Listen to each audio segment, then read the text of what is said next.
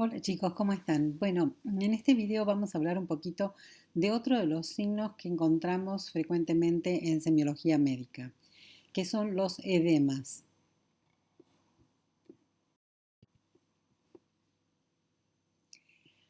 Normalmente nosotros cuando tenemos un tejido edematoso decimos que es un tejido que tiene una gran hinchazón, principalmente los tejidos blandos, y esto se debe a la acumulación de líquido en el compartimento intersticial.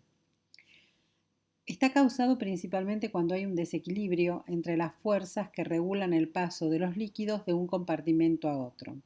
Normalmente, dentro de los capilares sanguíneos, nosotros vamos a tener lo que se llama la presión oncótica. La presión oncótica es la presión que ejercen las proteínas de atraer el agua o los líquidos adentro del capilar. Dentro del capilar, donde tenemos la sangre, por supuesto, contamos con la albúmina, que es la principal proteína de la sangre y que ejerce una presión oncótica importante que retiene el líquido dentro de los capilares.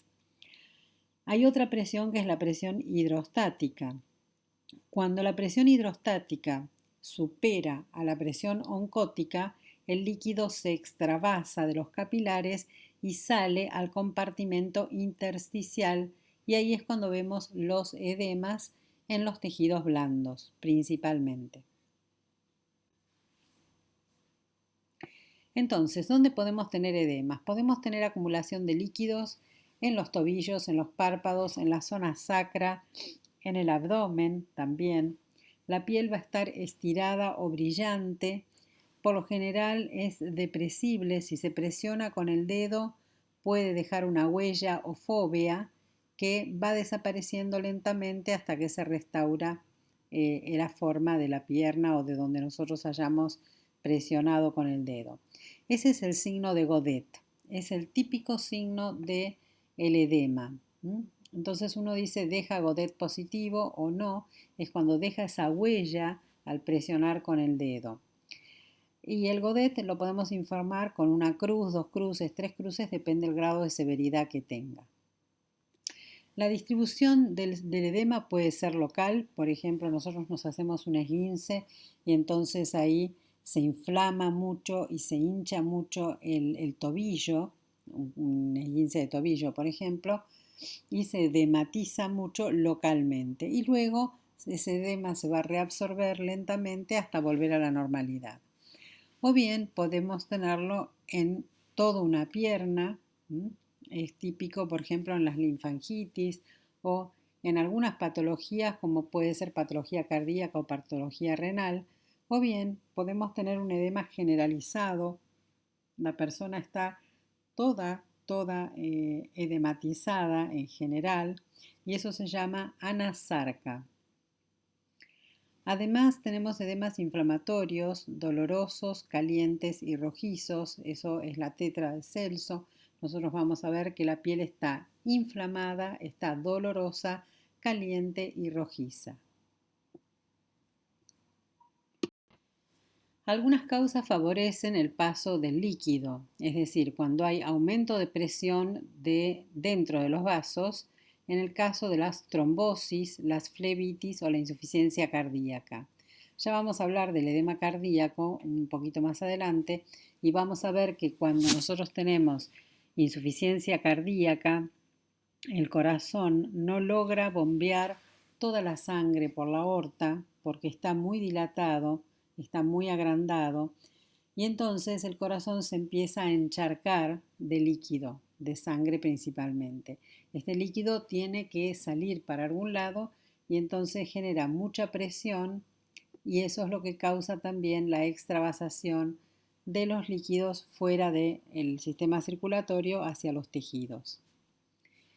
También cuando tenemos una disminución de las proteínas. Nosotros habíamos dicho que cuando hay un déficit principalmente de albúmina, baja la presión oncótica, prevalece la presión hidrostática y entonces allí tenemos también extravasación de los líquidos. Esto puede pasar cuando uno tiene un síndrome de desnutrición, donde no hay un aporte proteico importante, hay una mala alimentación, cuando a veces tenemos alteración de la formación de las proteínas que se forman en el hígado, principalmente la albúmina, en casos, por ejemplo, de cirrosis o de alguna otra patología hepática, o con pérdida de proteínas. A veces tenemos proteinuria, que son proteínas en la orina, por problemas renales, cuando hay glomerulopatías, cuando hay eh, síndromes nefrótico, nefrítico, bueno, vamos a tener determinada pérdida en cierto grado de proteínas. Entonces, recuerden que si aumenta la presión hidrostática o disminuye la presión oncótica, entonces vamos a tener extravasación de los líquidos fuera del compartimento de la circulación, del compartimento de los capilares, hacia el intersticio. También puede haber alteración en la permeabilidad de la pared de los vasos. A veces hay lesiones por inflamación, por quemaduras, por alergias, por hipoxemia u otro tipo de infecciones que pueden llegar a dañar los vasos, generar lesiones en los vasos, y eso hace que se haga mucho más permeable la membrana del capilar y se extravase el agua. Otra razón puede ser la obstrucción de los vasos linfáticos. Recuerden que los vasos linfáticos, la linfa tiene una función depuradora, ¿sí? La linfa siempre va, el sistema linfático va a evitar que nosotros tengamos estos edemas. Cuando a veces están obstruidos los vasos del sistema linfático, se pueden producir todos los edemas generalizados principalmente.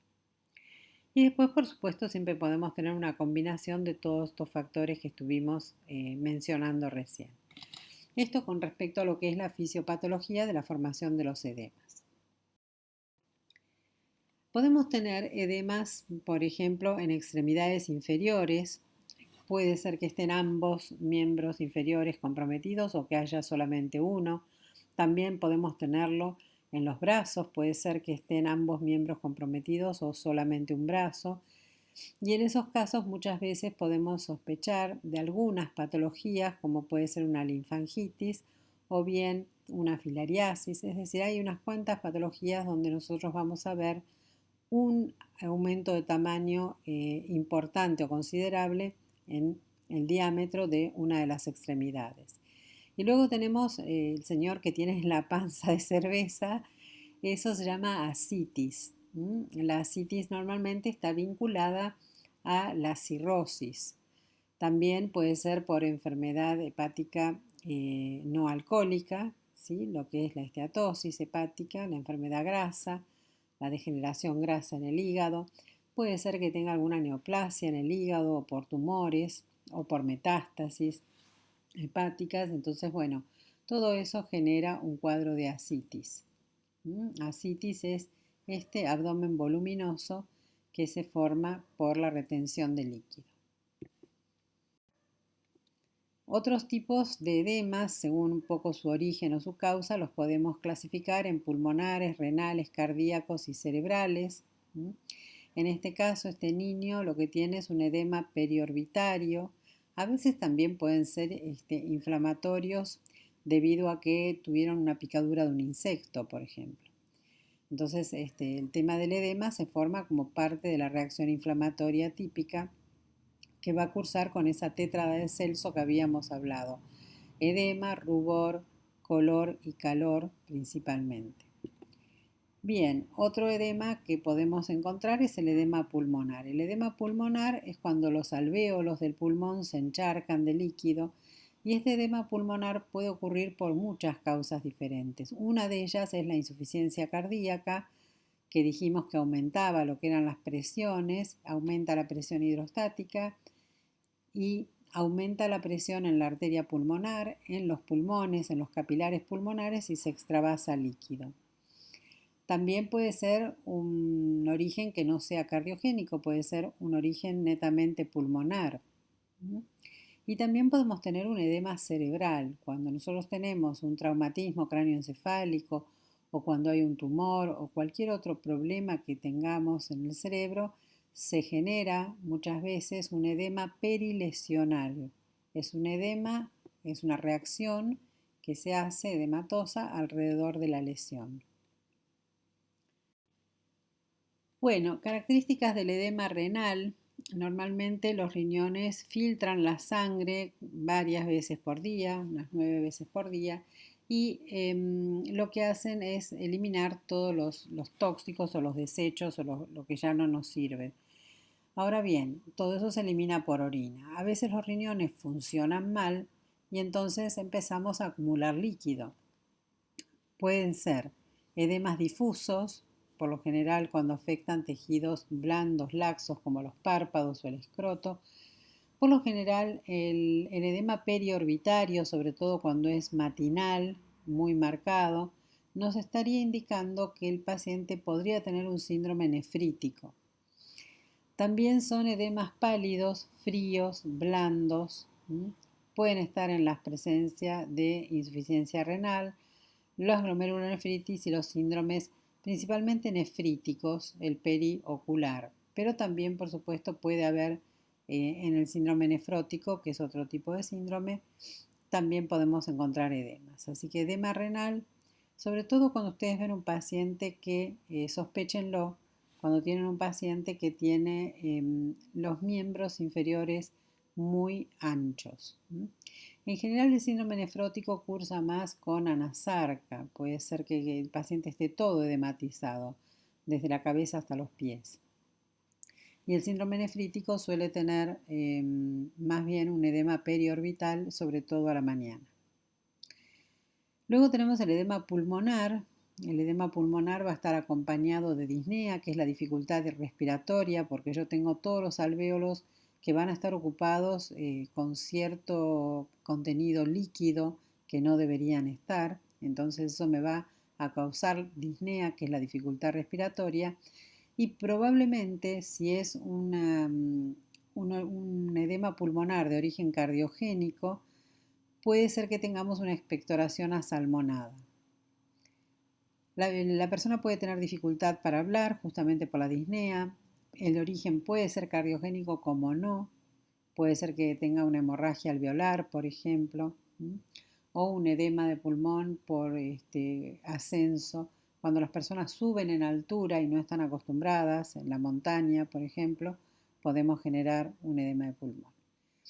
Hay muchas causas, pero bueno, esas son algunas de las causas que podemos ver. Y también algunas enfermedades como es la insuficiencia cardíaca congestiva, las neumonías en general, la hipertensión, la obesidad, todas son causas de edema pulmonar. Y acá tenemos una fotito de lo que es el edema cardíaco, principalmente del lado derecho.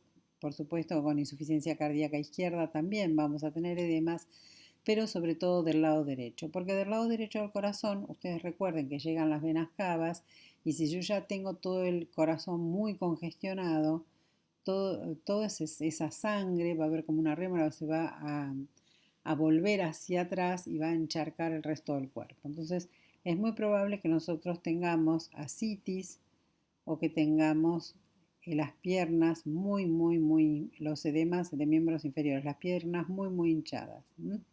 Además de ingurgitación yugular, fatiga, hepatomegalia y otras características.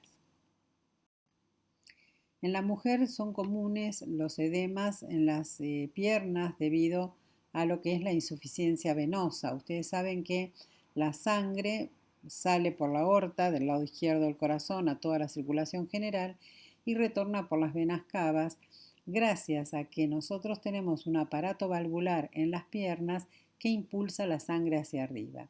A veces hay insuficiencia de este aparato valvular e insuficiencia venosa general y se empiezan a formar edemas en las piernas. Ahí en lo que vemos aquí en la imagen, en la foto, precisamente es el signo de Godet positivo. Fíjense que presiona con un dedo y como hay edema queda la marca. Esto después con el correr de los minutos se vuelve a la normalidad, pero bueno, eso es Godet positivo. Predisposición hormonal en las mujeres, por supuesto todo lo que tiene que ver con el ciclo menstrual y la menarca y la menopausia, y en las embarazadas porque tienen ya de por sí un estado de hipervolemia, es decir, la embarazada ya de por sí tiene una sobrecarga de líquido importante. Diagnóstico lo hacemos con la semiología general del paciente, sobre todo si vemos que está acompañado de algún otro problema de causa renal, de causa pulmonar, de causa cardíaca. Con una muy buena anamnesis vamos a consultarle al paciente. A veces puede ser que el paciente notemos que es un paciente hipertenso porque come con mucha sal. La sal retiene el agua también. O el estilo de vida, puede ser que sea un paciente muy sedentario, que no haga nada de ejercicio físico, que no camine. Hacemos un examen físico, indagamos acerca de enfermedades previas, vemos si tiene signo de Godet, sobre todo en lo que es miembros inferiores. Podemos preguntar acerca de la diuresis y del hábito intestinal, es decir, si el paciente es un paciente constipado o si es un paciente que es oligoanúrico, que no orina mucho o no mueve el intestino mucho. Y por supuesto, si se trata de pacientes renales o cardiovasculares o pacientes que tengan patologías pulmonares, eso es muy importante a la hora de definir qué tipo de edema vamos a tener. Muy bien, consejos para prevenir los edemas. Esto ya nos vamos un poquito de lo que es la semiología en sí, pero es bueno para decirle al paciente, primero, las medidas higiénico-dietéticas y medidas posturales, ¿sí? Principalmente hay personas que comen con mucha sal o que son de tener una dieta deficiente en proteínas, o tenemos pacientes alcohólicos que van a hacer una cirrosis, o bien pacientes que consumen muchas grasas y muchos hidratos de carbono y tienen un hígado graso, o que tienen sobrepeso, o que también tienen una mala postura. ¿Sí? Hay personas que están todo el día trabajando sentadas frente a un escritorio o a una computadora y están encorvadas con toda la presión sobre el abdomen. Entonces, evitar el sobrepeso y practicar deporte. Evitar también las fuentes de calor. El calor tiende a vasodilatar y toda esta vasodilatación es bastante mala en el sentido de que empieza a extravasarse el líquido. Ustedes van a ver que hay muchas personas que en verano se hinchan mucho en general. Refrescar las piernas con baños de agua fría. Se puede poner sal gruesa o sal marina en el agua porque recuerden que la sal hace retención de líquidos hacia donde está la sal. Si yo en este caso la sal la tengo afuera del cuerpo, va a sacar el líquido del cuerpo, va a ayudarlo. Evitar el estreñimiento o constipación. No usar ropa ajustada. También en el caso de las mujeres, usar tacos que sean medianos, ni muy altos ni chatitas. Levantar ligeramente los pies de la cama. Pueden tener una leve, eh, digamos, diferencia entre lo que es la altura de la cama a nivel de los pies, a nivel de los pies y de la cabecera. ¿Sí? Siempre a favor de los pies para que favorezcamos todo lo que es el retorno venoso. Se pueden hacer masajes en las piernas, sobre todo masajes linfáticos, hidratar muy bien la piel y usar medias de compresión. El tema de las medias de compresión es muy útil principalmente en los viajes, si uno tiene que hacer viajes largos, donde va a estar sentado muchas horas, porque hacen también una medida de tromboprofilaxis y evitan la formación de trombos. Muy bien, muchas gracias, hasta luego.